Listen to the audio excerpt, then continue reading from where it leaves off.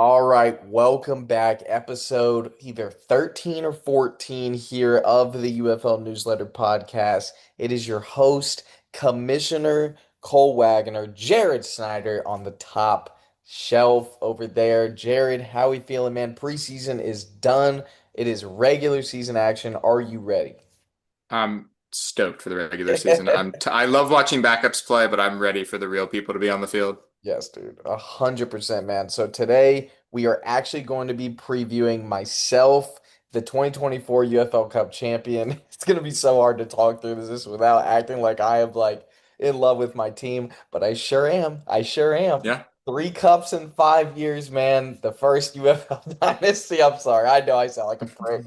I gotta say it. I've gotta say Get it. through it. Get through it. Get through your Yep. promo. Let's go. Three cups in 5 years. The dynasty is complete. Um, I'm so pumped, man. It was a wild ride. I didn't think I was gonna win that UFL Cup game against David. He obviously had the best roster in the league. It just came down to Jaden Daniels, Malik Neighbors, and we'll get all into it today. But yeah, so lots to look forward to. A couple changes going into 2025. But Jared, I'm gonna kind of let you take control today and we'll guide this in whatever direction you want to go, and I will share the screen and follow you on my computer with whatever direction you want to take this. I got all the sheets pulled up, so you decide how you want to talk about my team, and I'll follow. All right. Well, let's go through the lineup real quick. We'll just start, name everybody out because my notes are a little outdated since you got rid of somebody. Yes, sir. Absolutely. So here we go. Oh, I'm all over the place. Excuse me. All right, yep. So here is the squad as we speak. Yeah, what are your thoughts on my team? The only changes from 2024 to 2025, and for people listening, we're looking at my lineup right now.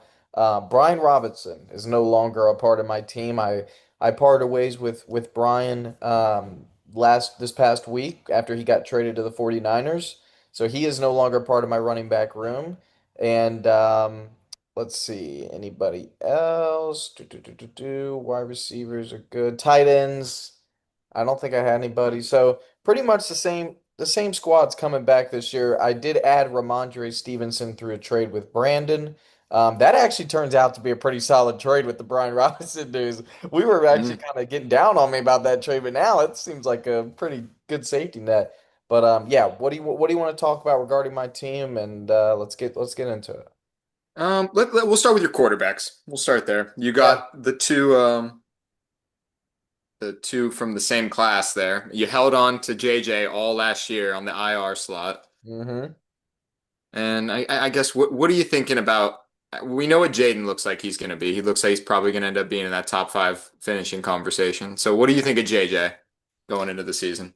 Yeah, I like JJ. I mean, as a backup, I don't think there's a real loss to having him on the roster. And I knew the minimal amount of draft capital I had last year, putting him on IR was thinking one step ahead.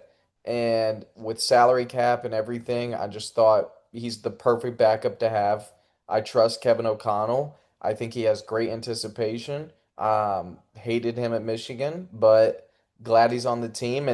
And again, he's a backup. So if things were to not pan out in fantasy, then there's always guys that I can replace as my backup. So I think it's low risk, high reward.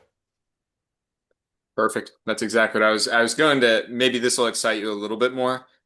Did some digging on Kevin O'Connell's quarterback finishes for just in fantasy basically. Yeah.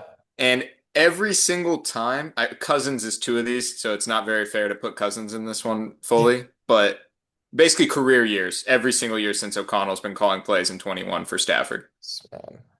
So I wrote down that you're going to be guaranteed competent quarterback play and should be expecting north of 25 touchdowns for JJ minimum. Because no one, even when the Dobbs experiment was going on, he would have still gotten you 25 something touchdowns. Yeah.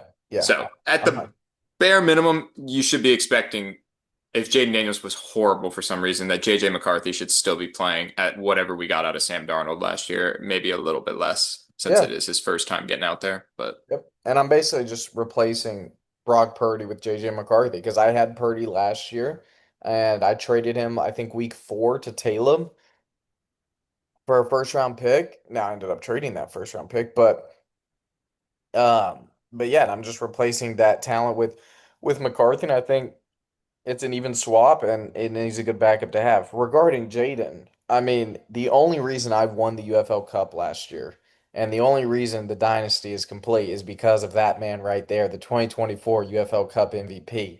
And I will be remiss if we did not touch on Jaden Daniels because what that man has done for my pocket, my wallet, my fandom, I mean. I have never cheered so hard for a guy. Just going, even it was the game against Atlanta last year. It was the UFL Cup game. And when that game went into overtime and Jaden rushed for over 100, he actually did put up 44 too. That's with the new scoring. He put up 44 anyways with the old scoring. And he throws for 227, three touchdowns, one pick. It was just, it was electric. Watching what he did with his legs last year, just down the stretch, he was just so electric. And I am just the biggest Jaden Daniels fan right now. And I'm so glad I drafted him. I could have taken Caleb Williams before him.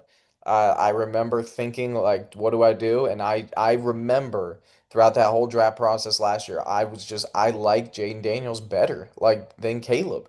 And I'm not saying Caleb won't be better, but I really like the way Jaden plays football. He does remind me of Lamar. And I know everybody hates that comparison, but he does. He just, the way he uses his legs, obviously he's not Lamar, but I love this guy. And I trust Cliff Kingsbury. And I love this Washington offense, man. That sums it up pretty well right there for Jaden. But is there any worries of a sophomore slump for him? Because he started out about as good as you could start. So what are you? Yeah. Yeah. I mean, look, there was a couple games where, Carolina gets hurt. Pittsburgh was rough. Pittsburgh would be the only really rough one. Dallas doesn't matter.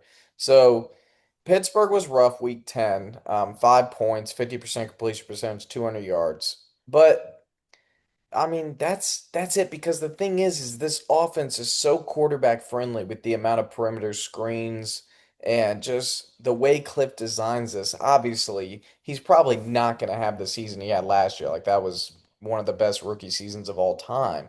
But he could, and if he Well, does, it looks like they're saying that he's going to play all the games and he's going to get some extra yards out of it, yeah, but there's going to be a little less completion percentage. But it seems like they're saying he's going to get about the same.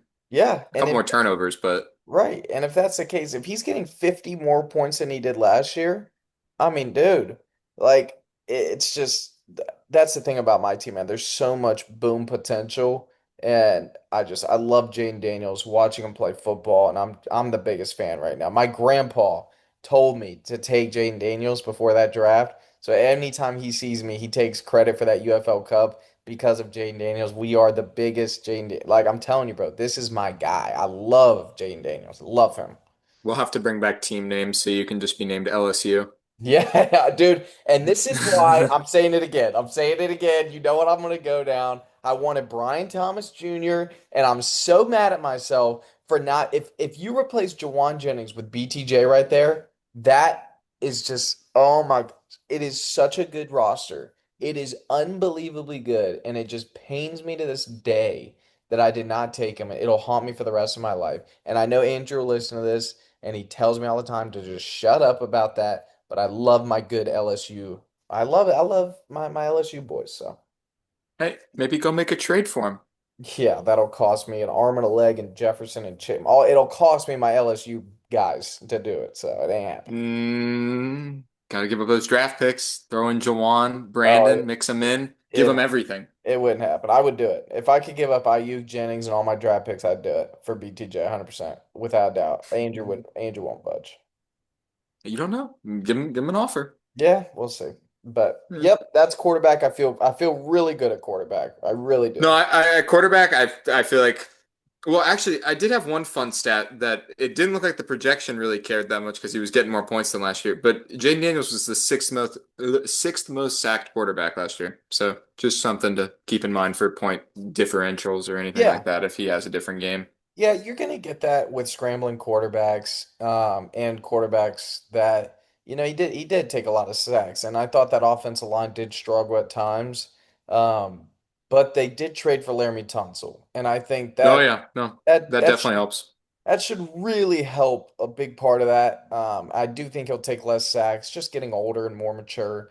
Um, so yeah, I'm not too concerned with the sacks. I'm really not. The only thing that concerns me is just him staying healthy when he runs. That's the only thing that concerns me. Well, I think the stat last year was he didn't slide for his first like 40 carries. Yeah, that scares the crap out of me. It really. Yeah, so you saw that preseason play against the Bengals, right, where he runs in for that rushing Yeah, touchdown. yeah, yeah, Reporter asked him, "Why'd you do that?" He's like, "I wanted to score." It's like, yeah. okay, well, scored on the backups, but Yeah, your biggest flaw is usually your biggest asset. Like it's yeah. what So makes him hey, great. he's gonna go out there and score. Yep. But Yep. all So right, well, let's move it on to the running backs then. Tell me what you're thinking. I know you have some stellar candidates back there, and yeah, let's oh just start with man. Ramondre. How are you feeling about Ramondre? All right. Look, it's the worst running back room in the league. It just is. It's how I've assembled my team. I'm not proud of it. It's the worst running back room in the league. Ramondre, I am very happy I traded a 2026 second for. I thought it was a good trade for both sides, and that's looking like it was a really it ends up saving my season, honestly, because without him, I'd be rocking. And I like Ja'Cory Crosky Merritt. We'll get to him in a second, but the depth is just not there. And again, Ramondre still should not be a starting running back in this league and in fantasy because he may not even start in real life. But considering what how bad this thing is, I don't mind Ramondre. Look, he just needs to get me 10. If he can just get me 10 to 15, I'm happy with it. We'll call it a day. He's got to stop the fumbles. And the O line should get better. There should be more room for yardage, and he should improve a little bit. But Travion Henderson's a problem for that as well. So it's going to be interesting.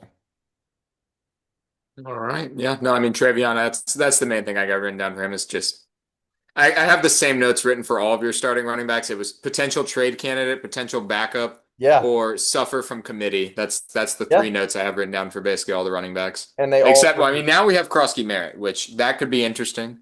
It could, But but he's going to suffer too from Eckler, who is still a free agent in our league. But see, but Eckler was. I looked at the like closer stat numbers. They were giving him touches, but not enough to where I think it would take away from what he would do for you in the run game. You might the miss out on the receiving part, but yeah, the catches don't matter as much anymore, and I don't think that would necessarily be the biggest part for him. yeah, the problem is goal line usage, and that's going to go to Chris Rodriguez, and that's where that becomes a problem because then you're taking out your pass catching with, and that goes to Eckler. Your goal line usage is Rodriguez.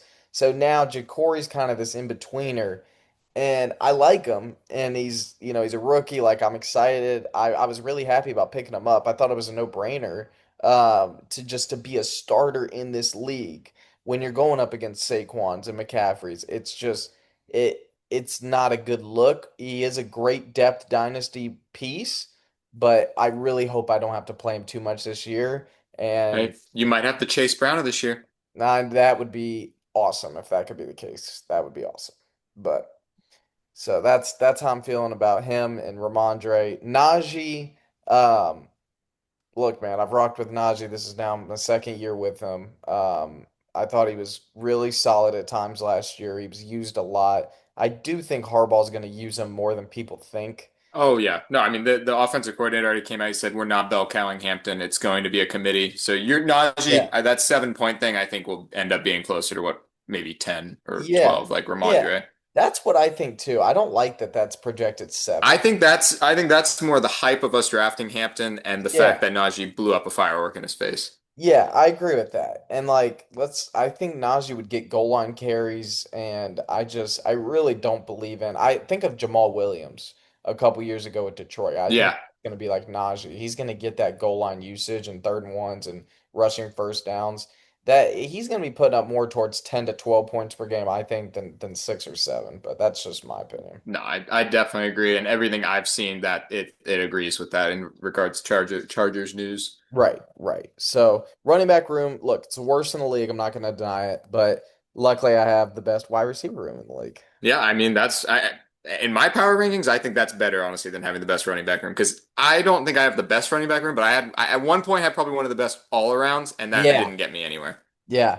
Well, Yeah, I It, mean, it, at the end of the day, it comes down to team. Like, if you want to be a really good team, you just got to have the best team. Like, oh yeah. because also I could have this wide receiver room right here, and if I had, Kenny Pickett as my quarterback, I'm not winning any games. So Hey, it zero really points a week is better than negative though. yeah, yeah, that is true. That is true.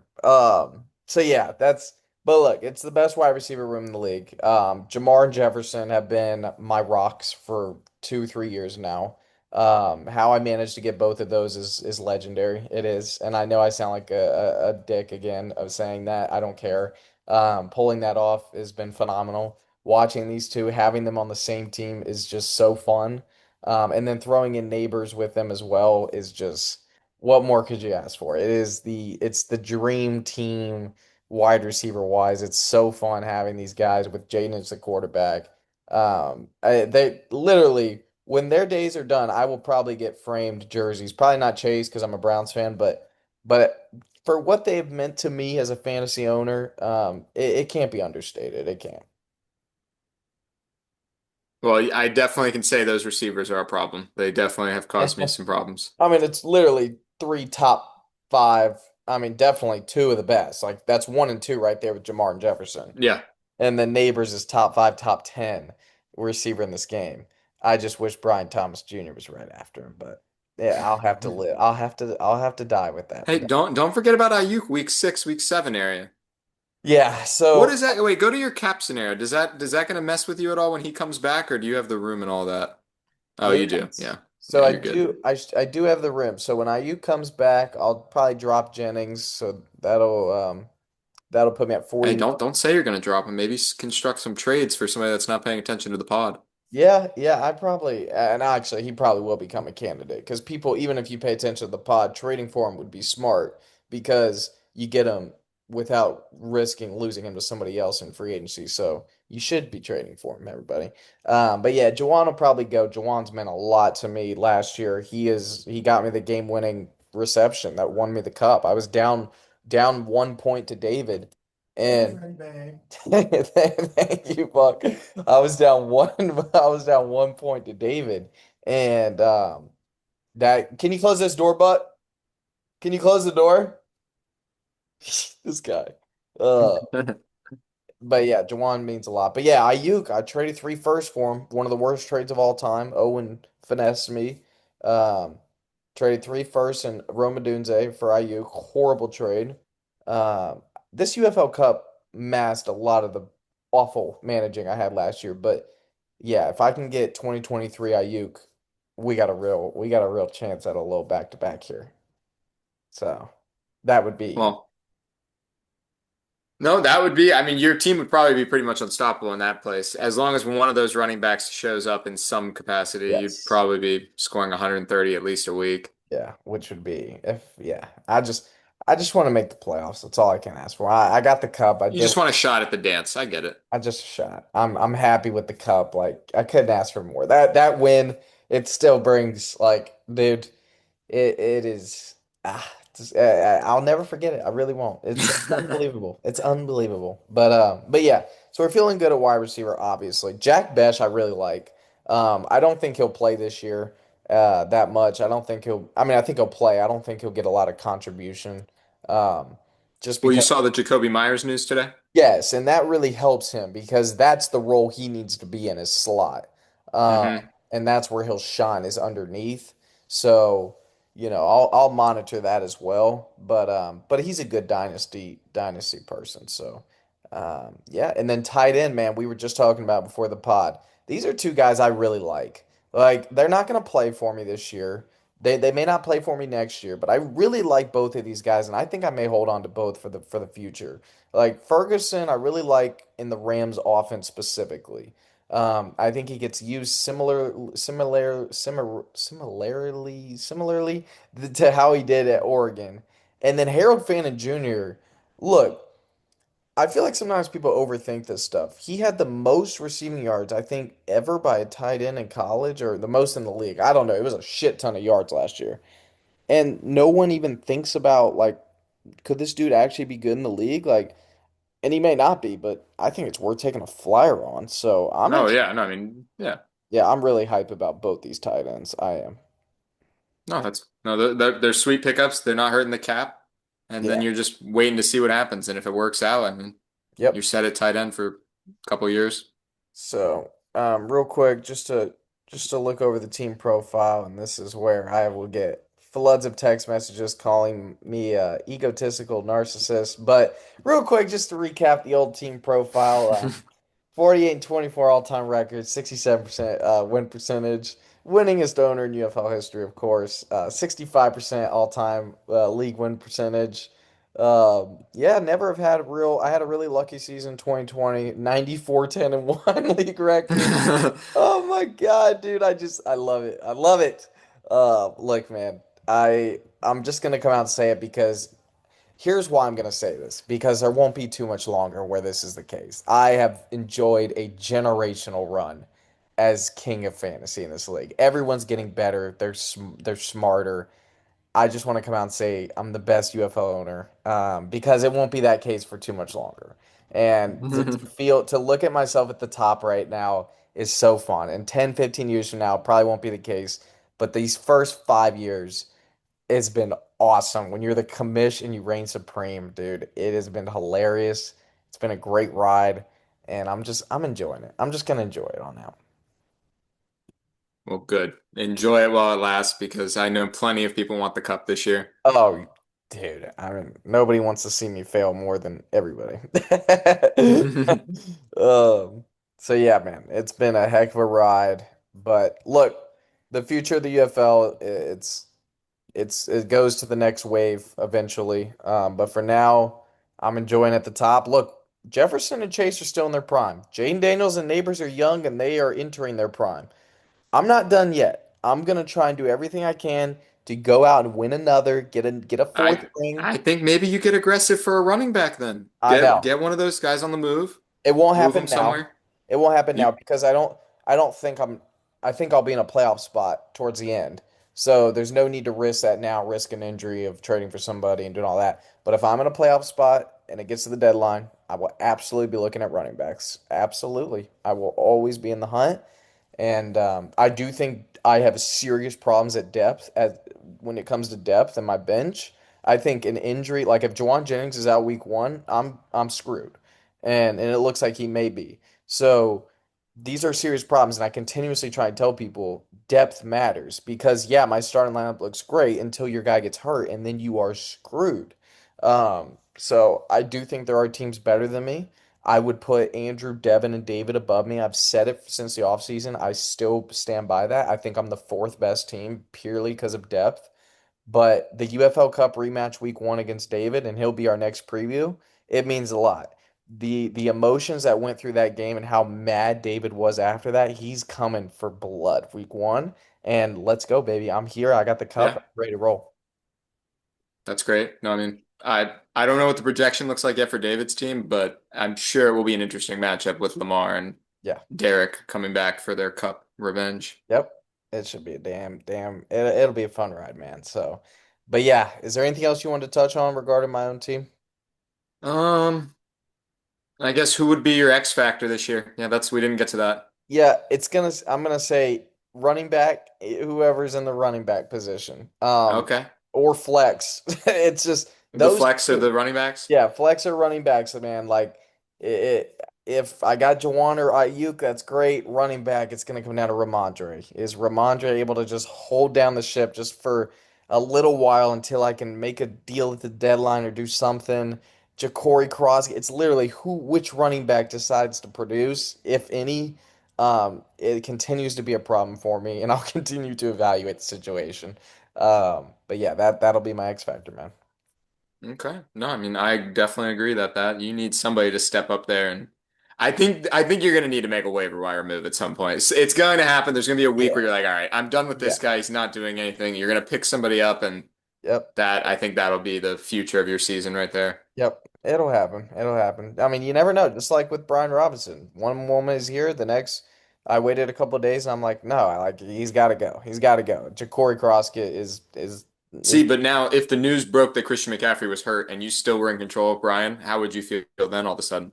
I'd feel really damn good. I'd probably drop Ja'Cory and go pick up Brian as we speak. Yeah.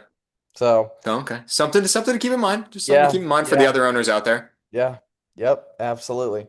But yeah, man, overall feeling good. Trying to go win another cup. I'm gonna go eat dinner though, but this has been a great pod. I'm really pumped for our next pod. I may call you after this and let's talk David Katzenmeyer because boy, there's a lot to talk about with him.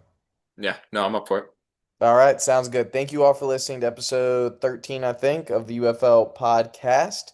Cole Waggoner is done. Next up, David Katz. We'll see you guys next time.